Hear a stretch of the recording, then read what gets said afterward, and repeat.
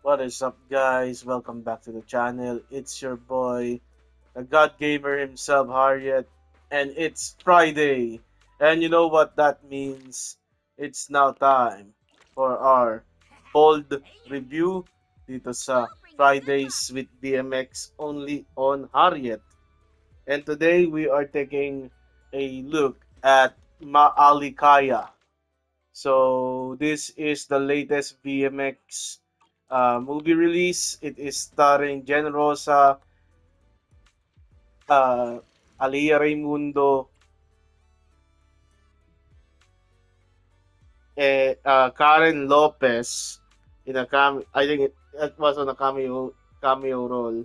Mark Jonicio, Sheena Cole, Sheena Cole, Ruby Ruiz. So ayun. This movie is an erotic drama running at around 1 hour and 12 minutes. Consider with the ads that have been displayed in BMX being considered. So, without further ado, if you like this review, paki-like na lang po ang video, subscribe to the channel, hit that bell icon for more of your bold review dito sa Fridays with BMX only on Harriet. At ayun po ang Maalikaya. Uh, it is a drama. It is studying the exploits of our protagonist na si uh, what's her name here? Uh, of Alia Raimundo. Ang pangalan niya dito ay Kara. Yun. So Kara is an inmate that is sent to the Maalikaya Rehabilitation Center. So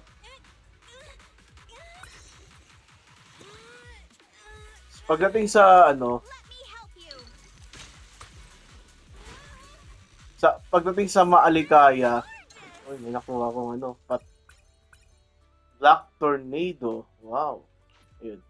So, when it comes to Maalikaya, isa siyang penitentiary. Welcome to the Uso Penitentiary, ika nga. Ayan.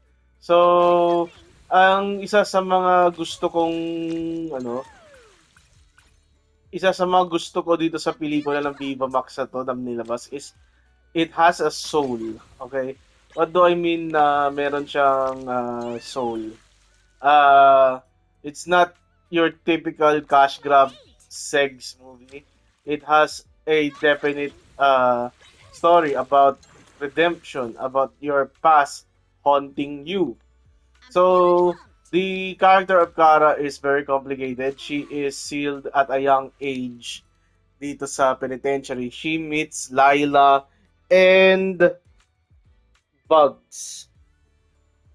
At sa una, it's like a normal penitentiary, but things go worry when it comes to paggabi na. Okay? Meron paggabi. So, may mga kababalaghan na nangyayari tuwing gabi dito sa Maalikaya Penitentiary. And if you're paying attention dito, they are like having lesbian affair. Okay? So, nagtatalik sila gabi-gabi. Ayun.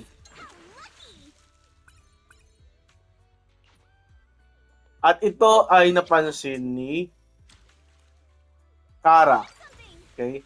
So, sa pagkapansin ni Kara, siya ay hindi naman natin sabihin na musmos, okay? Siya ay more of at a young age. So, alam niya paano makipagtalik, pero publicly, okay? Alam niya kasi parang yung it's a private affair, yung pagkipagtalik. So, ito, bago sa kanya to. At nakikita niya sina Jen Rosa sa si Sheena kung nagtatalik at naliligo overall.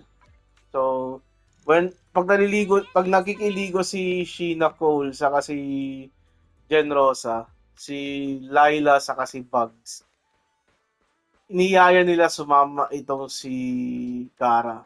At si Kara naman, she is flabbergasted with the situation na they're doing sexual things kahit na babae sa babae. And she became furious. This is the start of the marination of the this is the start of the marination. Okay? Paano marination? Uh, kung sabihin mo yung parang yung papalakihin niya. Okay? Kumbaga, uh,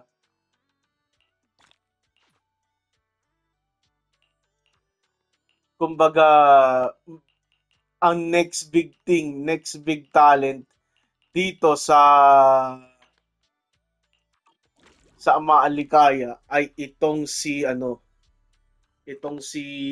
Generos, ay sorry, itong si uh, Kara at siya ay ititrain ni Laila. So we get we push further into this movie, and the thing that really sets it apart is how they treat the prostitution. Okay, so I'm not going to make some good words, make up some good words on this one, pero may prostitution dito sa movie ito. It's about prostitution. Yung mga inmates ng Maalikaya Penitentiary are a bunch of prostitutes. Mm. Mhm.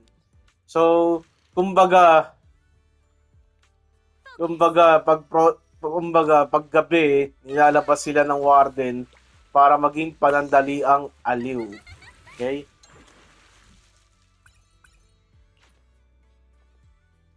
So, yung isang warden, nagtaka ba't may bago. So, pinano naman ni Ruby Ruiz na she's a she's a new person. At nakita natin dito yung mga kliyente ng Maalikaya. May isa nga dito, seminarista. Tapos, nagsasign of the cross pag Doon ako natawa, nagsasign of the cross siya pag nangingipagtalik eh. Gumagawa na ng kasalanan kasi seminarista siya eh. Okay? And dito, maganda yung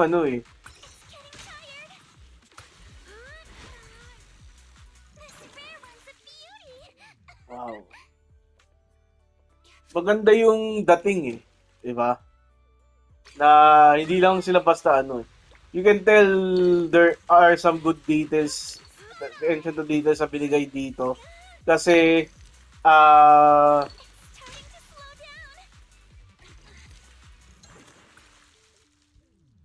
kasi yung tipo na entrance sila dun sa brothel, naka-cloak sila. Okay? Parang organization 13. It's the first time I see prostitutes wear cloaks when they're entering a brothel. So parang kulto yung dating ni Malikaya. Ayun. Kaya yun sa pagtitrain ni Genro sa kay Kara, nahulog yung feeling sila sa isa't isa. So paano nahulog yung feeling sila sa isa't isa?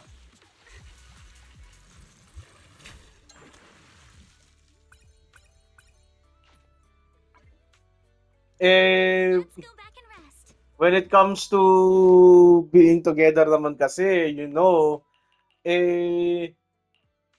it's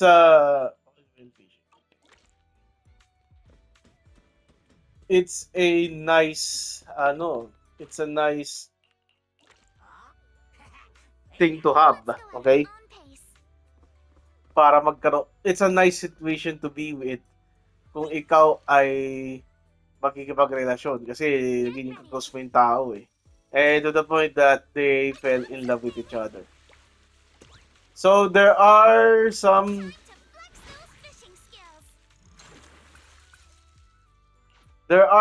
instances that Kara denies audience with the client, and it has to do with her past. Okay? So we now go deep dive into the past of Kara. So Kara is sent to Maalikaya prison for being for committing the murder of her own husband during during their wedding. Ayun. Mm-mm. So, pinatay ni Kara yung asawa niya. At anong nangyari, napunta siya dito for, I think, 6 years. Dali lang naman daw yung 6 years dito, sabi ni Laila. Ayun. When what we learned further on the story of Kara is that she is a victim of tiger parenting. So, kung sinabi mo tiger parenting, yung magulang mo palagi masusunod, parang strict yung parents mo. To the point na gusto ng tatay mo, sila yung pumili na mapapangasawa mo. Dahil hindi mo gusto. So, pinili nila si Mark Benicio. Yun yung mapapangasawa ni Tara.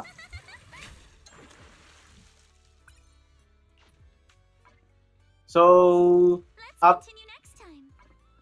So, nung napangasawa ni Kara si Mark Benicio, Halloween na, okay? Masaya na, happy na sila. Wala ang dating is, ayaw ni Kara eh. And that's when she stabbed Mark Benicio in the eye, allegedly killing him. Ayun.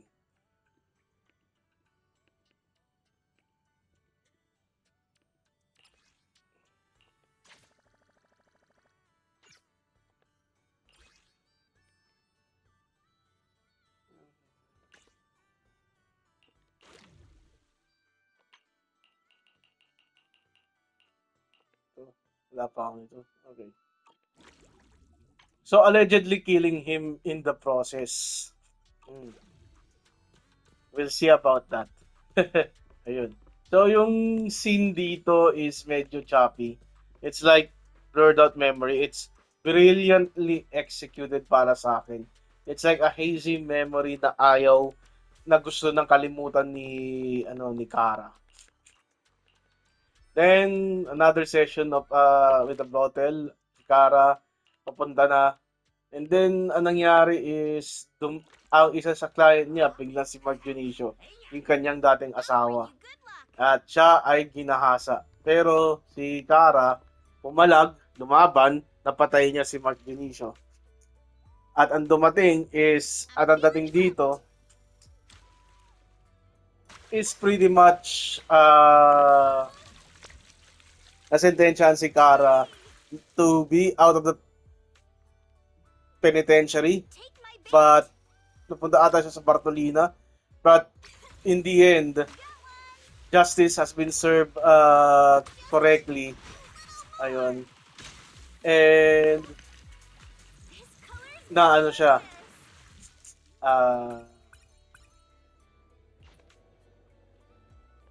alam mo yun, naligtas siya. Kumbaga, yun.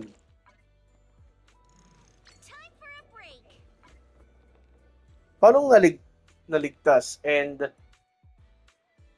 even though her sentence dito sa Maalikaya has been extended, she has been enjoying her time, at siya na parang yung tour guide ng Maalikaya. The movie ends with her welcoming new inmates to the penitentiary. And yeah, that's my review of Maalikaya. Alam mo, yung pelikula na to, it's something na you're good to see, okay? It's something that you like to see.